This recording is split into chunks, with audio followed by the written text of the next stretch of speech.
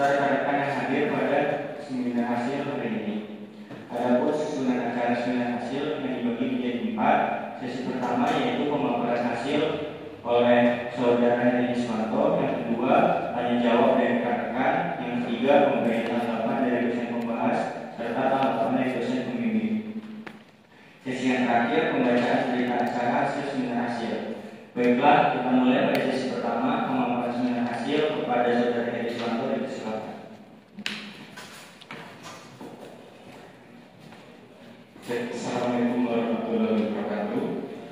Waalaikumsalam. Apa yang saya hormati Bapak Ibu, Bapak dosen yang sudah berkenan hadir dalam seminar hasil penelitian saya, serta rekan-rekan yang sudah bersedia hadir dalam seminar hasil penelitian saya yang berjudul Implementasi Program M3K di Kampus Surakarta, Kelurahan Ragarumso, Kecamatan Ragarumso, Kota Jakarta. Untuk penelitian saya ini didasari latar belakang yang pertama, kawasan umum di Indonesia yang mencapai 6.870 hektar. Data ini dikeluarkan oleh Kementerian PUPR pada bulan Juli tahun 2023. Kawasan umum ini salah satunya berada di kawasan Bantaran Sungai Winongo, Kota Jogja. Permasalahan kawasan umum di Bantaran Sungai Winongo menjadi kendala yang harus segera untuk diatasi. Salah satunya karena terjadi pencemaran sungai dan potensi bencana. Berdasarkan latar belakang tersebut, dikeluarkanlah SK Wali Kota Yogyakarta nomor 158 tahun 2021 tentang kawasan umum di Kota Jogja. Yang sebelumnya juga dikeluarkan SK Wali Kota nomor 216 tahun 2016 dan setelahnya diganti dengan SK nomor 158 tersebut. Berdasarkan SK Wali Kota Yogyakarta tersebut, akhirnya dilakukan program M3K, yaitu munggah mundur madu kali di kampus Surakarta. Akan tetapi program tersebut menghadapi beberapa kendala, yaitu terdapat penolakan dari masyarakat. Untuk pelaksanaan program M3K ini di kampus Surakarta terdapat di 3 RW, terdapat 7 RT total dengan total investasi mencapai 17,1 miliar. Lanjut. Berdasarkan latar belakang tersebut, saya merumuskan 3 rumusan masalah, yaitu bagaimana implementasi program M3K di kampus Surakarta, apa faktor yang berpengaruh terhadap pelaksanaan program M3K di kampus Surakarta, dan terakhir apa solusi untuk mengatasi kendala implementasi program M3K di kampus Surakarta. Tujuan penelitian ini untuk menganalisis implementasi program M3K di kampus Surakarta, mengidentifikasi faktor berpengaruh terhadap program M3K di kampus Surakarta, mengidentifikasi solusi mengatasi kendala implementasi program M3K di kampus Surakarta. Fokusnya untuk menyelesaikan program M3K yang terhambat di RT 36, 37, 38, dan 40. Berikut terdapat beberapa kajian yang selaras dengan penelitian saya, yaitu yang dilakukan oleh Desisi 2020 sampai dengan Nur Rahman et al. Tahun 2023. Berikut kerangka pemikiran yang saya buat, yaitu pertama dari kawasan umum yang berada di Bantaran Sungai Winongo, yaitu yang saya sebutkan sebelumnya terdapat beberapa masalah, bangunan dengan kepadatan tinggi, jalan lingkungan yang terlalu sempit, drainase lingkungan yang tidak mampu mengalirkan air hujan dengan baik, sistem pengelolaan limbah yang tidak memadai, kurangnya sarana dan prasarana pengolahan sampah, sehingga dilaksanakan program M3K di kampus Surakarta dapat mengenalkan masyarakat. Terus program di M3K di kampus Surakarta belum terselesaikan sampai sekarang, yaitu lebih tepatnya dari 2018 sampai sekarang. Terus maka diperlukan solusi untuk dapat menuntaskan program M3K di kampus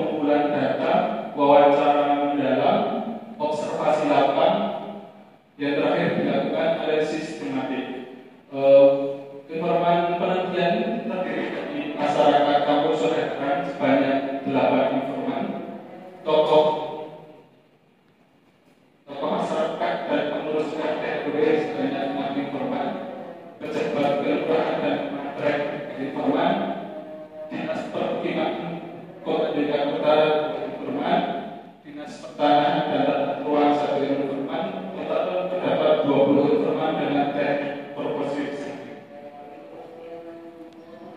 Untuk gambaran untuk wilayah penelitian yaitu wilayah penelitian berada di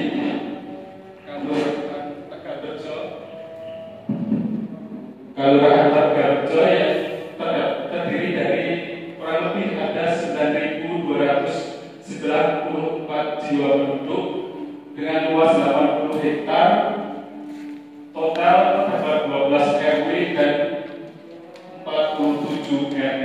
Akan tetapi penelitian berfokus pada Kampung Sudagaran yang terdiri dari 3 RW dan 3 11 RT yang menjadi bagian dari Kelurahan Tegalrejo. Dapat dicermati dari peta administrasi Kampung Sudagaran yang sebelah timur berbatasan dengan Sungai Winawat yang dilaksanakan program 3K, yaitu di sepanjang bantaran sungai yang berada di wilayah RT 36, 37, 38 dan 40 itu yang masih kendala, sedangkan yang sudah dilaksanakan yaitu di RT 44, 45 dan 48.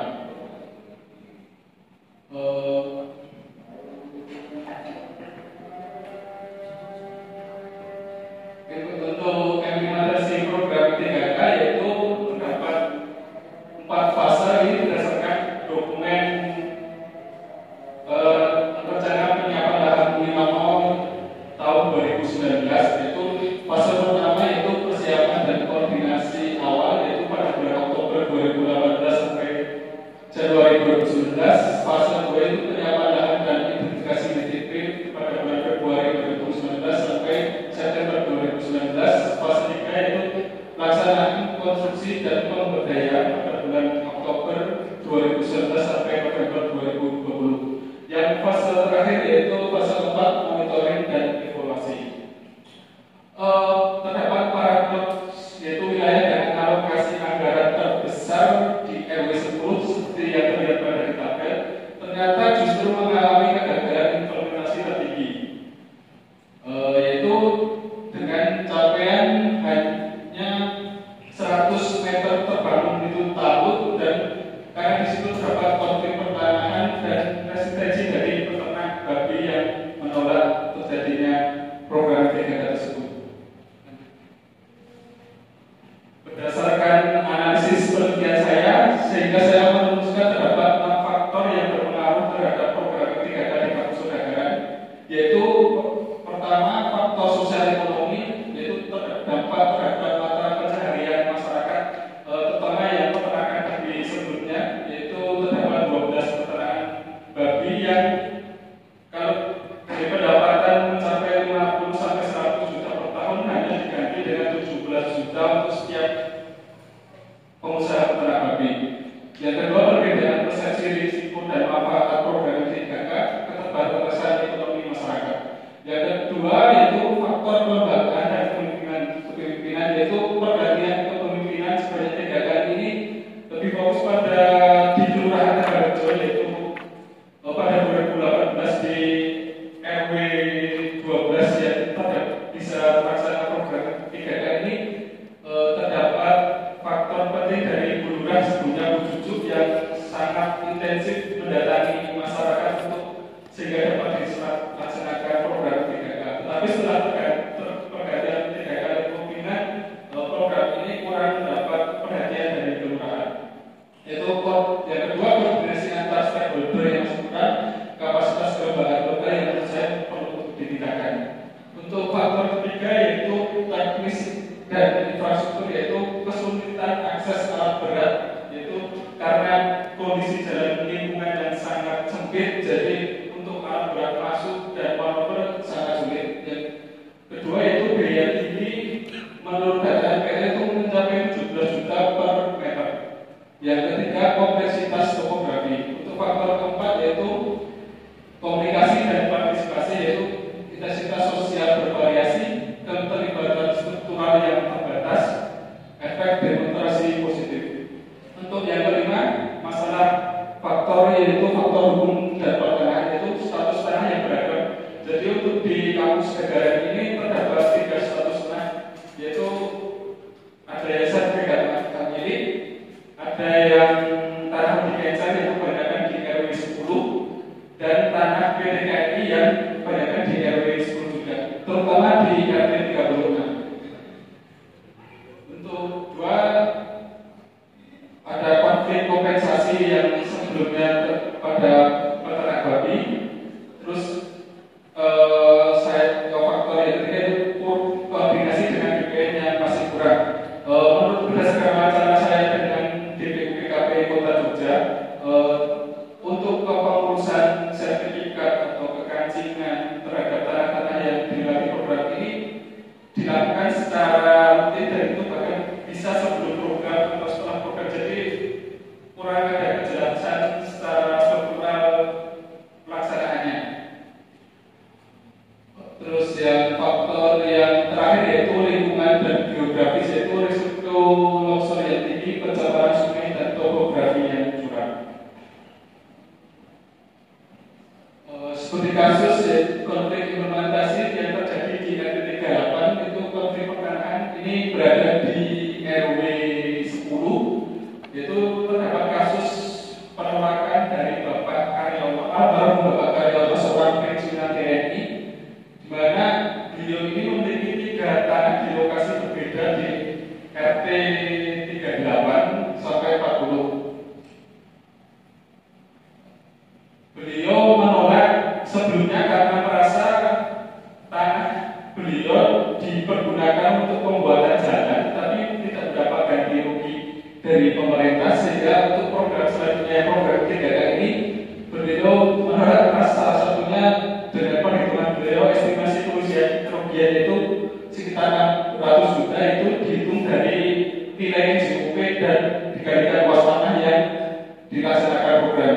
Akan tetapi pada akhirnya dengan fleksibilitasan program 3 ini ditemukan solusi, yaitu dengan dibangunkan sebuah buah ruko untuk Bapak Karyono. Untuk RT 38 yang kedua yaitu konflik peternakan babi, yaitu seperti yang saya sebutnya terdapat 12 peternakan babi dengan pendapatan per tahun itu 500 sampai 100 juta, yang hanya diberikan kompensasi sebesar 17 juta per pengusaha. Kompensasi ini didasarkan atas keinginan masyarakat kalau hanya diberi 17 juta, tetapi harus segera dibangun jalan yang melewati di RT 38. Tetapi sampai sekarang yang menghubungkan jalan di RT 38 sampai 40 belum terbangun.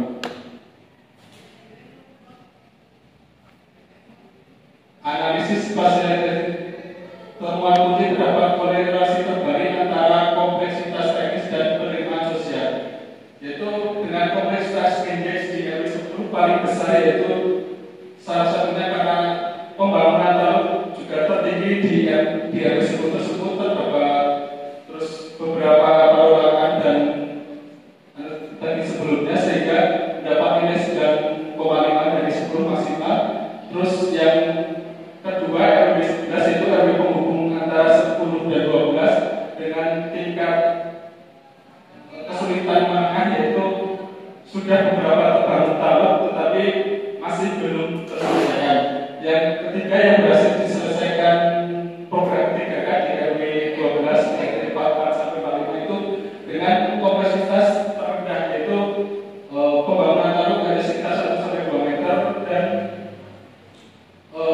masyarakat mendukung penuh dilaksanakannya program 3K ini. Jadi RW 12 sudah dikontrasi dengan intervensi minimal, RW 11 sudah transisi dengan kompleksitas sedang, dan RW 10 sudah kompleks dengan resistensi tinggi.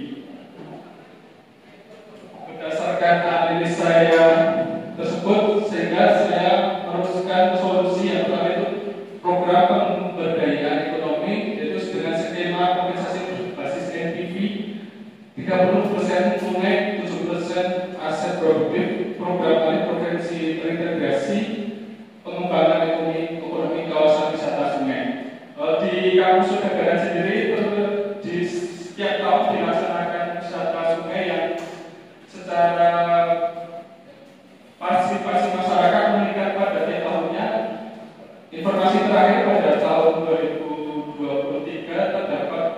pengunjung pada kegiatan festival seni di kampus Surakarta.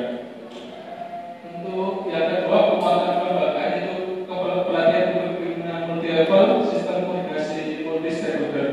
Yang ketiga, pendekatan teknologi adaptif yaitu implementasi berbasis zona yang 1, 2, 3 yaitu berdasarkan tingkat kompleksitas indeks sebelumnya yang saya sebutkan di tinggi di RW 10 sampai yang terendah di RW 12, diversifikasi sumber pendanaan, sistem pemeliharaan keberlanjutan. Yang keempat yaitu strategi komunikasi multi channel yaitu peer-to-peer learning antar RT, itu pembelajaran antar RT, terutama dengan demonstrasi efek di RT 44 sampai 48 yang sudah terbangun. Harapan saya dapat memberikan dukungan pada RT bahwa program ini dapat membantu mengatasi pemukiman kumuh di kampus Surakarta. Sehingga berdasarkan saya membuat penelitian yaitu dengan total selama 48 bulan yaitu dimulai dengan T1 dengan kompleksitas terendah di RW 12 selama 6 sampai 12 bulan, terus dilanjutkan dengan Tier 2 yaitu kompleksitas menengah di RW 11 dan terakhir dengan kompleksitas tertinggi di RW 10 selama 24 sampai 36 bulan. Kemudian saya selama 48 bulan ini didasarkan karena salah satunya itu untuk yang sudah terlaksana di RW 12 itu butuh waktu sekitar 18 bulan untuk menyelesaikan program 3K. Dengan empat tahapan implementasi itu persiapan dan konsolidasi, implementasi sampai dengan konsolidasi dan sustainability. Kesimpulan dari penelitian saya, implementasi yang 3K menunjukkan variasi keberhasilan sukses di RW 12, parsial di RW 11 dan terhambat di RW 10. Dengan implementasinya dipenuhi oleh 6 faktor utama yaitu sosial ekonomi, kelembagaan, teknik, komunikasi, hukum, dan lingkungan. Untuk solusi terintegrasi memerlukan pendekatan holistik dan berbasis spasial inteligensi. Rekomendasi untuk pemerintah daerah mengadopsi framework implementasi integrasi, penguatan koordinasi multi stakeholder, prioritas penyelesaian masalah pertahanan. Untuk masyarakat, peningkatan partisipasi konstruktif, penguatan kohesi sosial, dukungan program jangka panjang. Baik, terima kasih. Mungkin demikian presentasi yang dapat saya sampaikan. Saya kembalikan ke MC.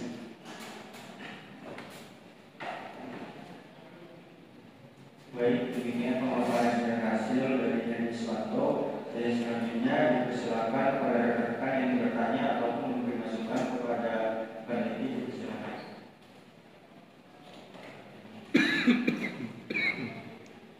Baik, jika tidak ada, sesi selanjutnya kami persilakan kepada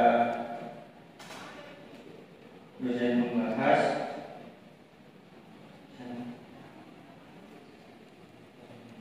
Kepada Bapak Susilo dipersilakan. Ya, oke. Sebelumnya selamat siang Mas Heri ya. Saya ucapkan selamat sudah sampai di tahapan ini. Ya.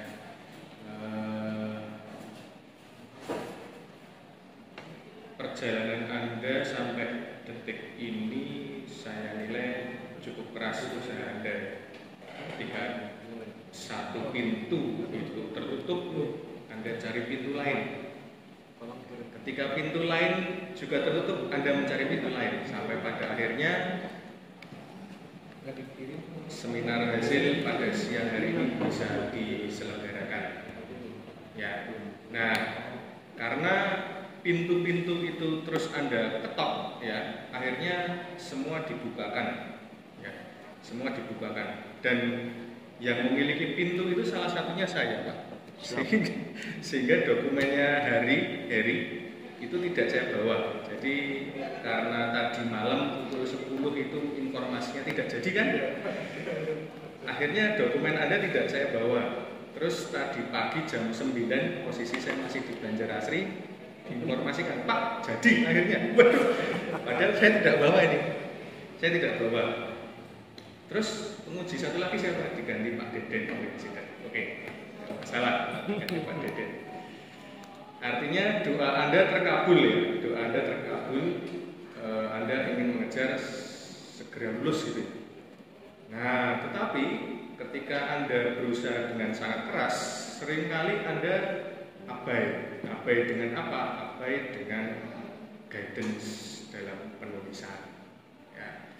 Ketika saya membaca, ini catatan, semua catatan ada di rumah, tetapi saya masih ingat jelas apa yang sudah saya berikan coret-coretan, semua ada coret-coretannya. Ketika saya membaca pertama kali dokumen Anda ini seperti membaca sebuah laporan logbook penelitian. Ya. Kenapa Pak kok disebut logbook atau laporan penelitian? Karena kajian Anda terhadap teori tidak ada sama sekali di dalam analisis Anda. Ya. Semuanya bercerita tentang kondisi di lapangan. Terus semua bercerita tentang apa yang terjadi, faktor-faktor apa saja yang terjadi dalam proses implementasinya. Tetapi saya pribadi tidak menemukan bagaimana proses Anda mengkategorisasi temuan itu. Jadi misalnya temuan muncul istilah peran krusial. Ini didapatnya dari mana ini peran krusial kepemimpinan lokal? Kok tiba-tiba muncul istilah peran krusial? Nah, semestinya setiap hal yang muncul ini Anda kaitkan dengan dinamika ketika konsolidasi tanah. Dulu ketika seminar proposal saya juga sudah ingatkan Anda, ini kalau mau Anda teliti Anda akan bias. Kenapa? Karena Anda tidak melihat atau tidak fokus pada aspek pertanahannya. Anda semuanya ingin direkam sehingga Anda tidak fokus pada satu tujuan. Padahal dulu sempat saya sampaikan, tolong kamu sebagai sarjana pertanahan harus fokus pada aspek pertanahannya. Apa yang mau kamu tonjolkan? Oh, implementasi program M3K. M3K ini hampir mirip dengan kegiatan konsolidasi tanah. Bagaimana suatu wilayah itu ditata sedemikian rupa, di situ ada dinamika yang terjadi. Itu yang semestinya Anda sandingkan dengan teori Anda. Ya, tetapi saya tidak menemukannya. Nah, termasuk peta-peta ini, Anda membunyikan peta situasi, tetapi di judul petanya sendiri tidak terlalu jelas. Coba Anda tampilkan salah satu peta ini. Peta situasi RW 10, 11 ini coba Anda tampilkan.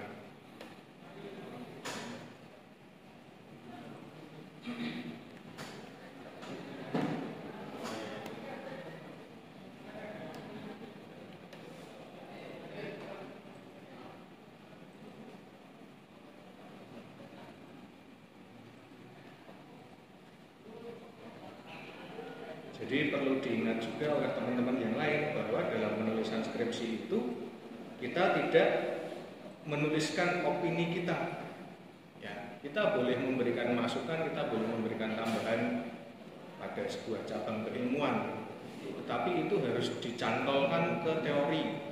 Ya, sehingga skripsi yang mencari gap antara teori dan praktis itu bisa Anda temukan gapnya ada di mana.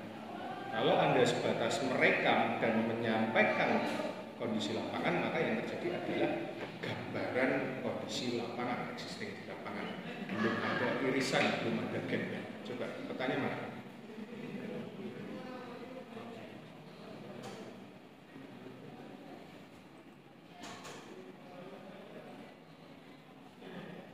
Everything is looking. Saya bisa baca. Yeah. Bisa baca.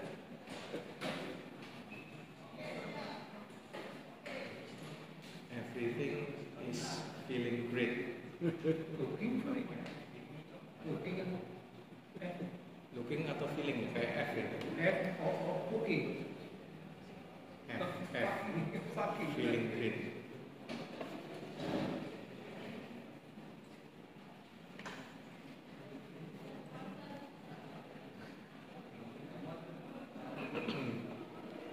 ada nggak? Harus dikirim. Belum dikirim. Itu yang buat presentasi laptopnya siapa? Hah? Laptop temanmu. Terus laptopmu mana? Terus pekerjaanmu di mana? Di situ ini yang presentasi itu satu. Di sini Pak yang buat presentasi. Terus laptop kerjamu di situ.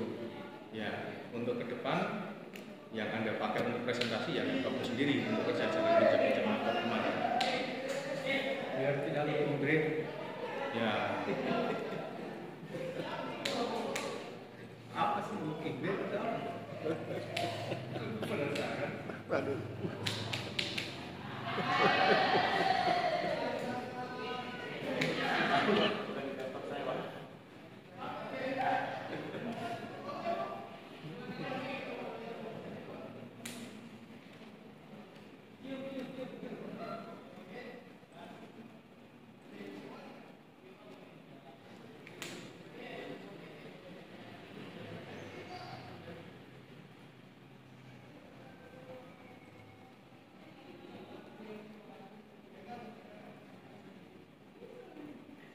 kemudian saya temukan banyak sekali bahasa yang hiperbola ya. Hiperbola itu terlalu berlebihan. Kenapa kok ada hiperbola Pak? Ya karena Anda terlalu membuat banyak sekali kalimat opini. Jadi kata-katanya kurang membumi, ya, nggak jelas maksudnya.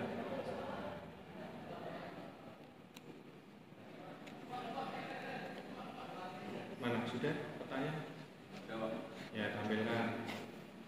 Oke. Peta situasi terus itu apa itu bulat-bulat kembang-kembang itu kembang kol itu. Kue atau apa itu? Ini letak-letak. Hah? Letak pekerjaannya Pak. Jadi di peta situasi itu kayak tinggi pembangunan. Legendanya mana? Di sebelah sana. Sebelah sana coba.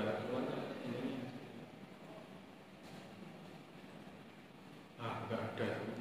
Makanya itu yang salah satu contoh antara peta dan bahasan yang Anda tulis di sini tidak sinkron ya. Anda menampilkan apa, bahasannya apa, itu tidak sinkron. Ya. Terus ya. Saya misalkan salah satu contoh kayak sini kan kita ada program belum 1,5 meter. Jadi Mana di mana? ini Pak tulisannya kan sendiri Pak. Nah, Pak, harusnya itu kamu lampirkan kalau kecil seperti itu. Saya ngambilnya jadi di petanya itu di dalamnya kayak penjelasan program di sini dibangun apa, sepanjang berapa itu ada di penjelasan. Terus kenapa kok Anda bisa membunyikan di sini zona minimal intervention? Tahu Anda mengkategorikan itu dari mana? Dari dokumen perencanaan dari DER-nya dan hasil wawancara saya. Misalkan di RW 10 yang di zona menyetop tinggi itu di peta situasi DER itu sudah digambarkan kalau di situ ada peternakan vertikal. Tapi dari RPL-nya itu tidak mengakomodir untuk kemungkinan terjadinya penolakan dari para peternak babi itu, Pak. Ya. Satunya seperti ini. Terus Anda kok bisa mengkategorikan itu sebagai kompleksitas maksimal itu? Karena Kenapa muncul kata-kata kompleksitas maksimal? Seakan-akan tidak ada yang lebih maksi lagi. Jadi gimana itu? Bagaimana jawaban Anda? saya ambilnya dari 3 RW, yang satu bisa golongan tinggi, rendah, sedang dan rendah. Karena posisi tertinggi di RW 10, di situ yang saya maksimalkan karena dia di satu kampung ini yang paling tertinggi di situ. Oke, bagaimana jika terjadi nantinya justru konflik terendahnya ada di situ? Ini kan baru berdasarkan kenamakan spasial. Bagaimana jika nanti toh existingnya kok malah konfliknya rendah ya? Terus gimana? Saya berdasarkan dokumen dan observasi lapangan dan wawancara. Jadi memang di situ sampai sekarang itu menjadi kompleksasi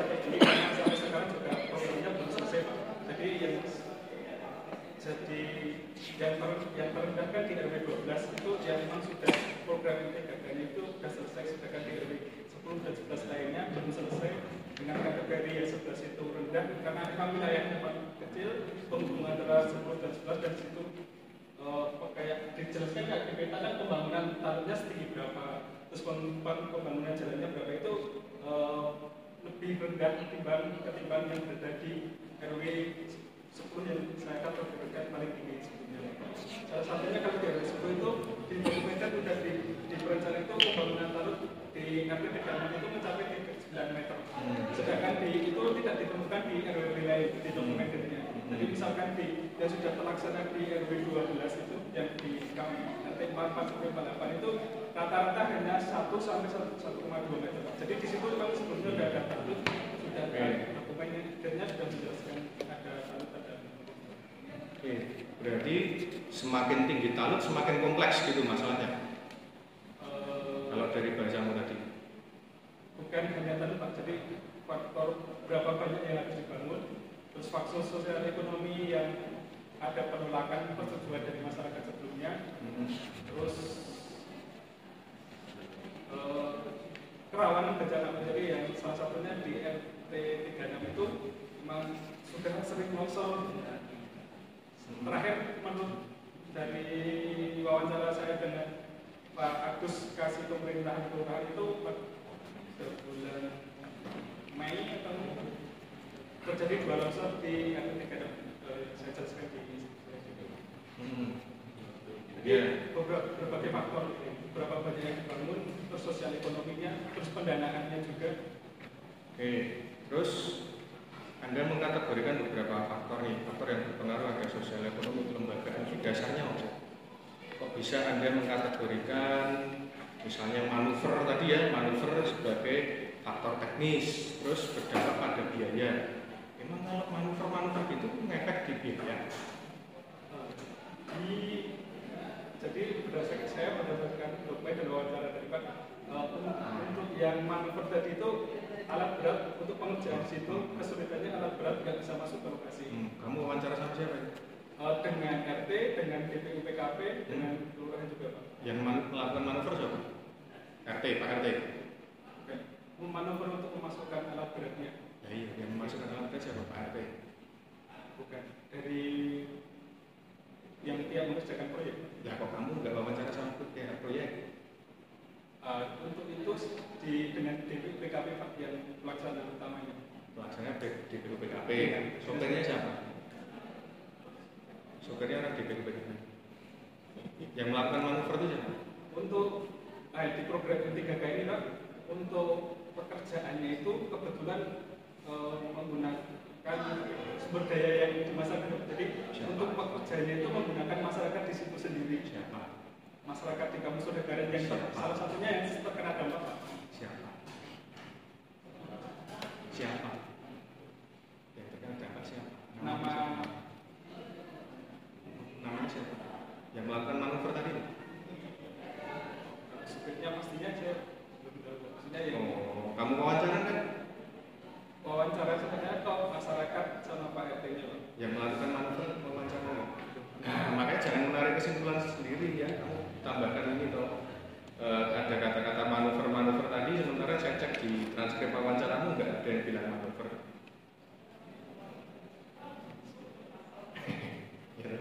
Nah itu maksud saya itu ketika kamu semuanya kamu record, akhirnya kamu guidance-mu, dasarmu wawancara itu kadang tidak kamu cermati kembali ya. Padahal harusnya kalau namanya kualitatif itu kan berdasarkan transkrip yang kemudian kamu reduksi, kamu klasifikasikan berdasarkan tingkat kedekatannya, kemudian kamu lakukan kategorisasi dan deskripsikan kembali ya. Masih banyak catatan dari saya, nanti saya serahkan ke Mas Heri besok ya, silakan diambil. Termasuk saya sebenarnya pengennya minta kamu tuh buat diagram alir, implementasinya seperti apa, gambarkan. Terus kamu mau memotret faktor yang berpengaruh termasuk solusi terhadap kendala. Nah, kendalanya sendiri saya nggak melihat. Kendalanya apa? Ini faktor berpengaruh langsung solusi. Kendalanya di mana? Kendalanya berdasarkan faktor-faktor tersebut. Kendalanya berdasarkan faktor. Berarti setiap faktor ada kendala. Ya, tadi saya sebutkan salah satunya ekonomi tadi sampai 11 juta per meter, sedangkan di RW 12 yang sudah selesai itu 8 juta per meter. Itu satu kendala. Mungkin ya saya dari sosial ekonomi, dari faktor pembagian kepemimpinan di RT di RW yang 12 itu dulu menurut hasil wawancara saya dengan program itu RT dan RW-nya itu sangat aktif Pak. Salah satunya kendalanya gitu. Sedangkan di RT yang lain itu berarti semakin aktif semakin menjadi hambatan kendala. Menjadi makin bagus. Nah berarti ini faktor berpengaruh apa terhadap ini belum selesai nih judulnya. Faktor berpengaruh terhadap pelaksanaan program 3K. Faktor yang berpengaruh terhadap penyelenggaraan M3K. Faktor yang menghambat atau faktor yang mendukung? Pertanyaan berikutnya. Menghambat. Nah kamu bedakan ya. Faktor mana yang faktor menghambat, mana faktor yang mendukung? Kamu klasifikasikan.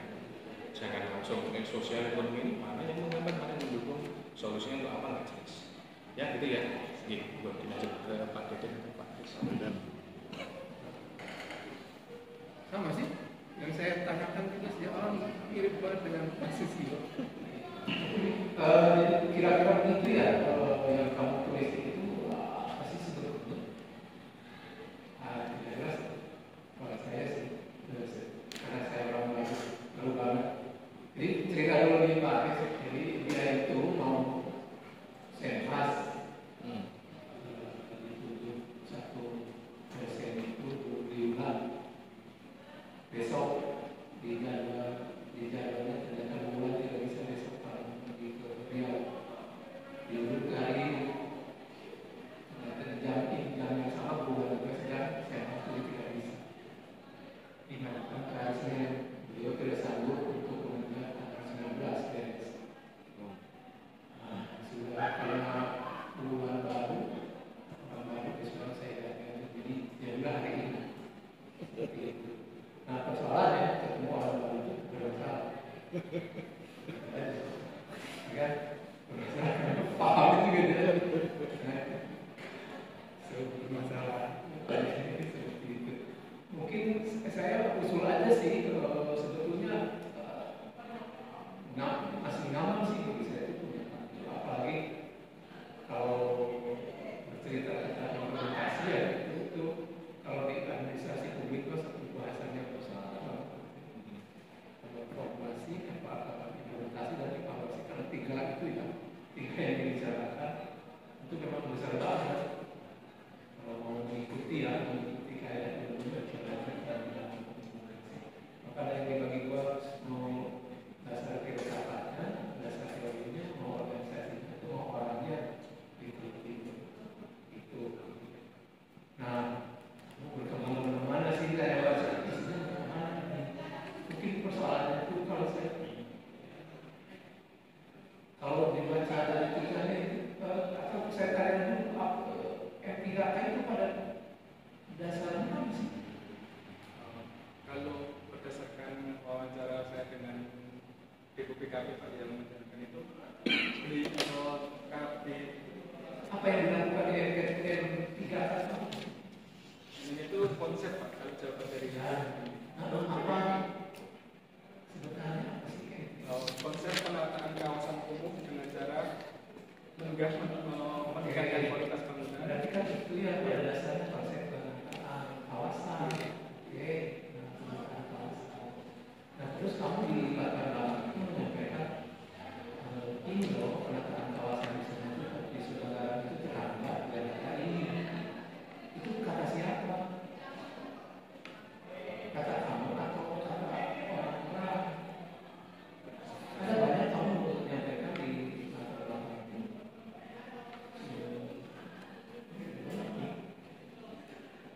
Ada gara-gara ini, gara-gara itu. Ya kan? Itu kepala seksi menyatakan bahwa ada penolakan gara-gara penolakan. Berarti ketika bisa ngomong bahwa program yang kita itu belum selesai gara-gara penolakan. Sebut namanya penolakan. Iya, itu masalahnya. Jadi mereka itu sudah punya penolakan ini masalah. Kenapa harus belum terselesaikan? Mungkin belum dilaksanakan aja program penyelesaian masalahnya gitu. Gitu Pak.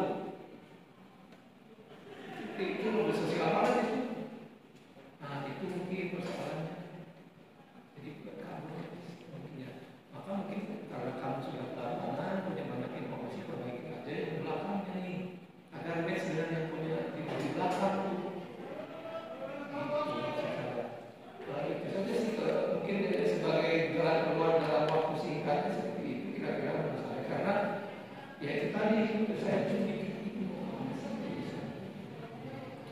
Nah, kira-kira seperti itu. Jadi saya pikir kamu bisa memperbaikinya. Oke, kamu mau ngomongin N3K, kan gitu ya? N3K itu gagal di sana kan gitu ya? Nah, gagal. Nah, menurut orang lain kegagalan itu gara-gara apa? Menurut orang lain, menurut orang-orang gara-gara apa? Banyak faktor, Pak. Ya, banyak tuh. Apa saja? Anggaran, Oke, apa lagi? terus demografi, lingkungannya, Oke, apa lagi? terus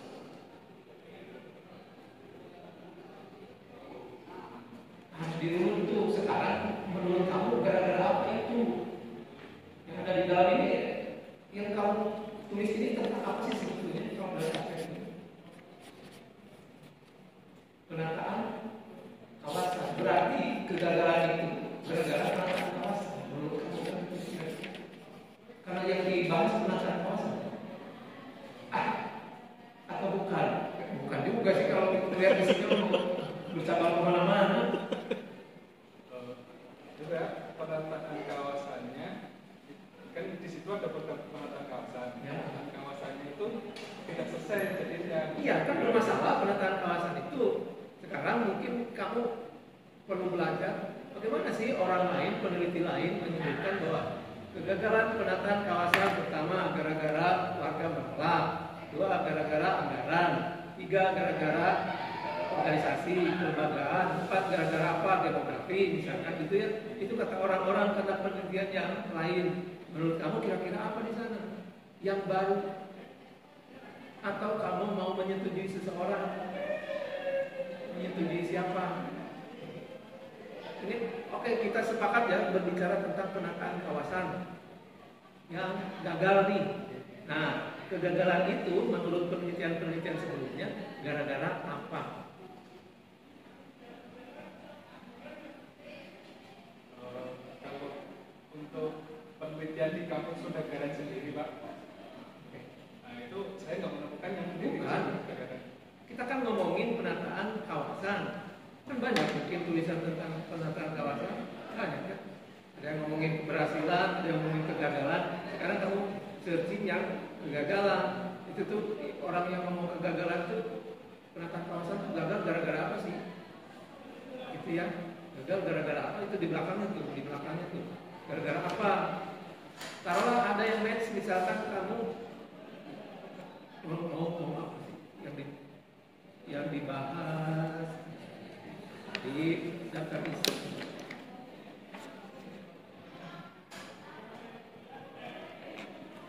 Banyak banget sih masalah sosial, kelembagaan, teknik, komunikasi. Kalau ini salah satu faktor aja misalnya.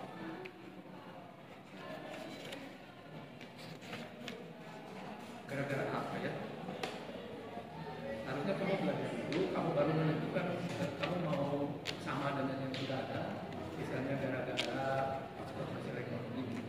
Iya, udah ini salah satu itu yang dijelaskan. Biar fokus. Karena yang saya tambah tidak paham yang kamu jelaskan. Bisa nggak ada kamu 2-3 hari ini memperbaiki ini dalam ini kan kamu juga kualitatif kan, kualitatif itu harus dapat. Mungkin pilih salah satu, kalau saran saya malah pilih salah satu dengan menggunakan yang lain. Karena di awalnya dulu tidak jelas kamu mau menentukan posisinya yang pilihannya yang mana. Tentukan dulu posisi yang tak, kecuali tidak sepakat ya. Kalau saya, kamu ini mau ngomongin penataan kawasan karena M3K itu pada dasarnya penataan kawasan kan gitu ya. Ngomongin penataan kawasan. Terus apa masalahnya penataan kawasan di Sudagaran itu nah sekarang balik nih ke penelitian-penelitian tentang kawasan, penataan kawasan. Itu gagalnya tuh gara-gara apa saja? Kamu mau menghadirkan yang baru, oke. Tetapi kamu mau menyetujui salah satu saja cukup. Nah, baru dibuka tuh di Sudagaran itu apa? Salah satu tapi kalau saya bersaran begitu harus Oh, silakan bagaimana tanggal 2-3 hari. Langsung ya. Terima kasih Pak Deden dan Pak Susilo. Saya ingin konfirmasi, jadi saya tidak akan langsung memberikan kritik, tapi konfirmasi dulu. Tadi kan Pak Deden menguatkan bahwa ini penataan kawasan. Pak Susilo berkali-kali juga mengoreksi tentang hal yang berkaitan dengan spasial. Pertanyaan saya, program M3K itu program spasial atau program sosial? Program spasial. Kalau itu program spasial, tetapi kenapa banyak sekali aspek sosial? Karena berdasarkan wawancara saya itu banyak faktor sosial yang mengaruhi. Ya, kalau itu programnya program spasial, kenapa kemudian kamu penelitiannya program sosial?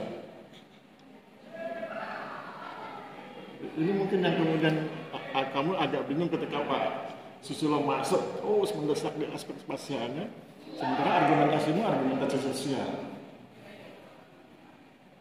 Sekarang kamu harus yakinkan dulu, jadi program M3K yang katanya Pak Deden itu penataan kawasan itu program spasial atau program sosial. Karena nanti permainannya di situ. Debat kita bertiga lawan kamu itu di situ. Ini program spasial atau program sosial. Kalau ini program spasial, harusnya cara kamu melihat, cara kamu menjawab berbagai argumentasimu harus argumentasi spasial. Tetapi yang kamu tayangkan hampir sebagian besar argumentasinya sosial. Atau kita cari jalan tengah. Ini adalah program spasial yang sosial. Kalau gitu gimana? Orang sering bilang sosio-spasial itu.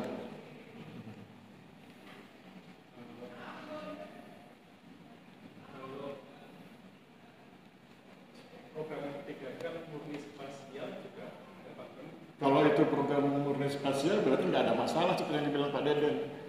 Tidak pernah ada program spasial yang murni spasial. Karena setiap program spasial yang murni spasial nggak akan bisa dilaksanakan. Karena dia akan berhadapan dengan aspek sosial. Jadi kalau tadi kamu kan memilih itu spasial. Jadi sebetulnya ini kan program sosio-spasial. Program spasial yang berbasis sosial. Itu kan penataan kawasan kan yang ditata bukan cuma aspek kawasannya, orangnya termasuk di dalamnya. Nah, sekarang coba masuk ke dalam. Lihat faktor yang berpengaruh. Tolong Mas.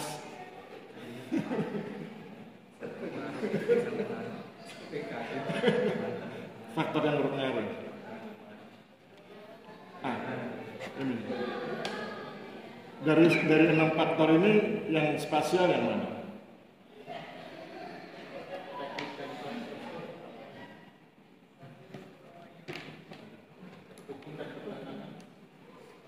Yang spasial yang nomor berapa? Atau ada berapa dari 6 nomor yang spasial berapa nomor? 3. Apa aja itu? Teknik dan infrastruktur. Itu spasial. Oke, terus apa lagi? Hukum dan pertanahannya Pak, status hukum tanahnya. Status tanah itu spasial atau sosial? Yang berkonflik itu orangnya atau tanahnya? Itu orangnya, tapi tanahnya di situ bisa dibilang banyak yang berkonflik orangnya tentang tanahnya. Berarti yang berkonflik kan orangnya itu. Berarti poin 5 nggak masuk spasial. Ya.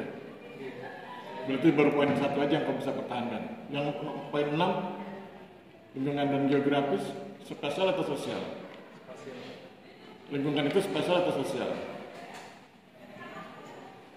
Pernah dengar konsep ABC, abiotik, biotik, cultural? Itu kan konsep lingkungan. Lingkungan itu bauran, spasial, sosial. Jadi sebetulnya ini yang tadi saya ingin tunjukkan ke kamu. Program M3K yang dikenal oleh Pak Deden sebagai penataan kawasan itu adalah program sosio-spasial. Bukan spasial murni dan bukan sosial murni. Tapi bauran antara keduanya. Ya. Kemudian masuk ke studi kasus. Sebelahnya kayaknya tadi. Oke. Saya melihat ada inkonsistensi. Ya. Misalnya di RT 38 kamu bilang konflik peternak babi. Saya bilang salah itu. Peternak babinya kan nggak berkonflik. Yang berkonflik apa? yang berkonflik bukan karena peternakan babinya toh, tapi kan karena kompensasinya. Coba lihat yang slide sebelumnya. Nah, mana tuh? Konflik kompensasi poin 5 huruf B itu loh. Ya. Konflik kompensasi. Terus yang sebelahnya konflik peternak babi. Kan yang betul kan kompensasi tuh. Bukan antara peternak babi sering berkelahi, enggak. Tapi kompensasinya ya, mungkin 17 juta itu mungkin kurang. Itu 17 juta rupiah atau meter? Harusnya ditulis rupiah karena itu 17 juta ekor babi atau apa itu rupiah kan? 17 juta rupiah. 17 juta rupiah kompensasi. Jadi mungkin beliau merasa keberatan. Bayangkan dari 50 juta cuma tiba-tiba dapat kompensasi 17 juta kan terlalu kecil. Nah, apa solusinya? Dalam konteks ini ya, dalam konteks konflik kompensasi, apa solusinya? Menurut hasil berdasarkan penelitian itu, saya itu perlu dibuat.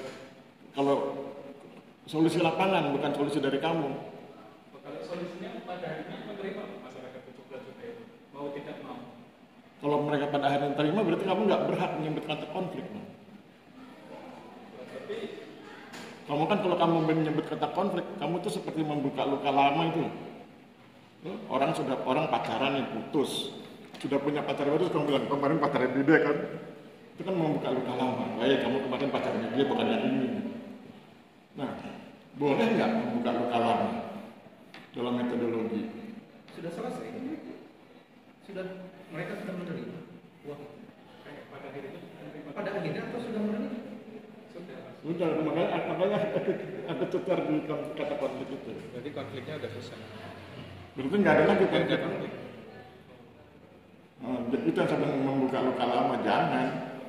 Orang sudah move on, sudah dapat pacar baru, gandengan baru, terus kamu buka luka lama, nanti kan itu ya. Jadi coba dicermati lagi, mungkin nanti ada hal-hal yang lain.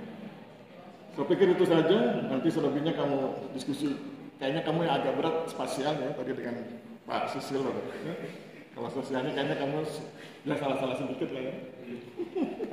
Oke, saya kembalikan kepada moderator. Terima kasih.